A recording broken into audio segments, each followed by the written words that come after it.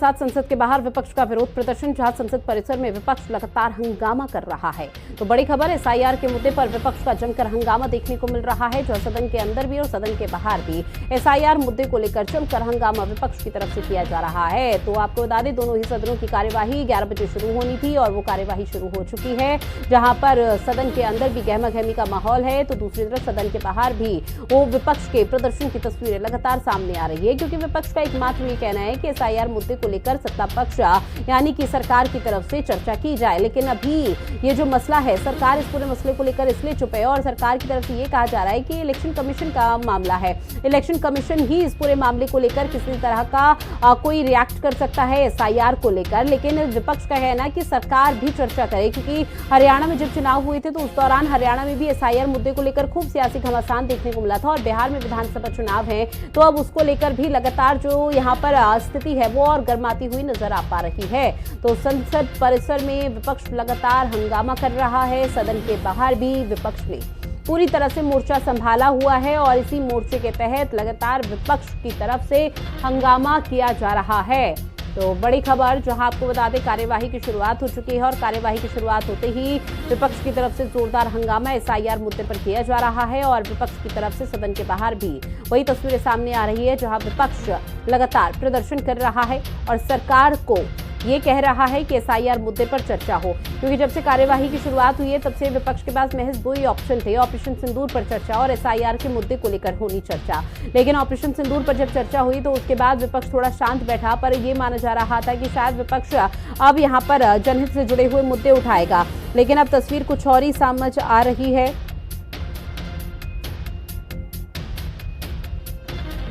और उसी को लेकर आपको बता दें कि ये कहा जा रहा है कि अब एसआईआर मुद्दे पर विपक्ष की तरफ से जो प्रदर्शन किया जा रहा है उस पर सत्ता पक्ष किसी तरह की यहाँ पर रिएक्शन दे, उस पर चर्चा करे। अध्यक्ष जी,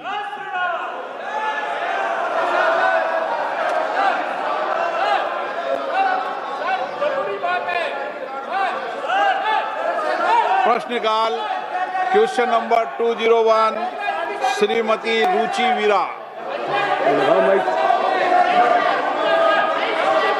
चालू है कि नहीं? हाँ, क्वेश्चन नंबर 1 माइक ऑन करा दीजिए सर। क्वेश्चन नंबर 201 गया 201 माननीय मंत्री जी, क्वेश्चन नंबर 201 माननीय सदस्य, मान्यवर, जिन सरकारी कंपनियों ने युवाओं को रोजगार दिया है, मेरे उनमें बात हो गई। कितने युवाओं मेरी को बात। स्थायी नौकरी मिली है और कितनों को अनुबंध पर रखा गया है? क्या सरकार स्थायी रोजगार के अवसर बढ़ाने के लिए कोई विशेष योजना बना रही है? माननीय अध्यक्ष महोदय, माननीय सदस्य ने युवाओं के रोजगार के निर्माण के बारे में अपना प्रश्न पूछा है।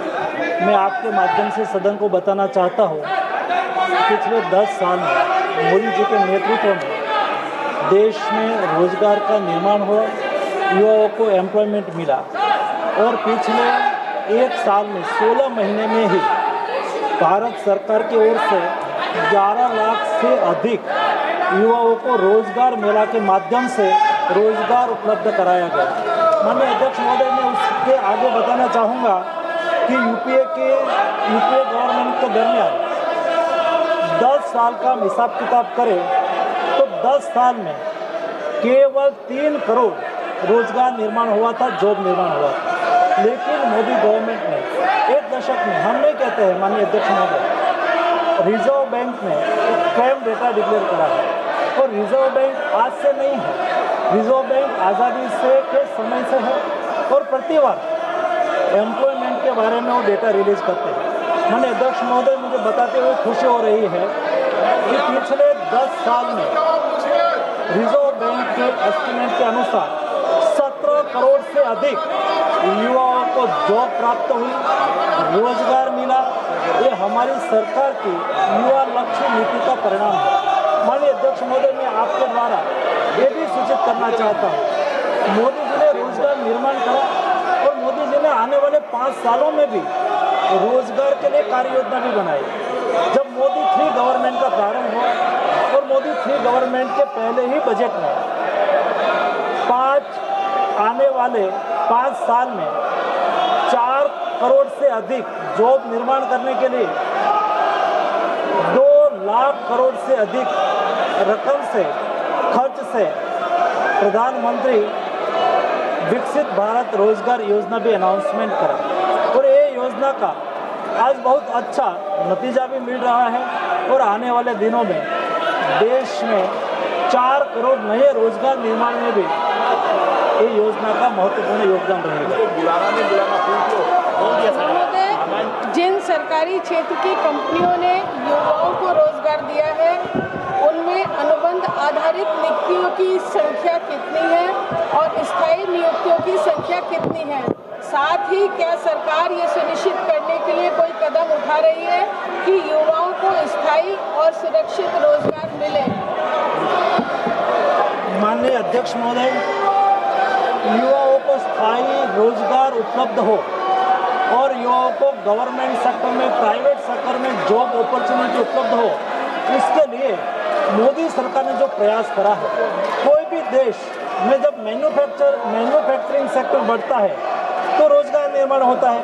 एग्रीकल्चर सेक्टर आगे बढ़ता है तो रोजगार निर्माण होता है। अलग अलग सेक्टर में जब देश में प्रोडक्शन बढ़ता है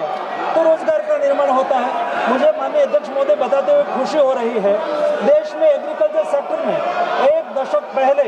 रोजगार निर्माण -16% था, वो आज बढ़ के 19% रोजगार निर्माण एग्रीकल्चर सेक्टर में हुआ है। माननीय अध्यक्ष महोदय, मैं मैन्युफैक्चरिंग सेक्टर की बात करूं तो पिछले 1 दशक में, जब यूपीए के 1 दशक में 2004 से 2014 केवल 6% मैन्युफैक्चरिंग सेक्टर में रोजगार निर्माण हो रहा था, पिछले 1 दशक में मोदी सरकार में मैन्युफैक्चरिंग सेक्टर में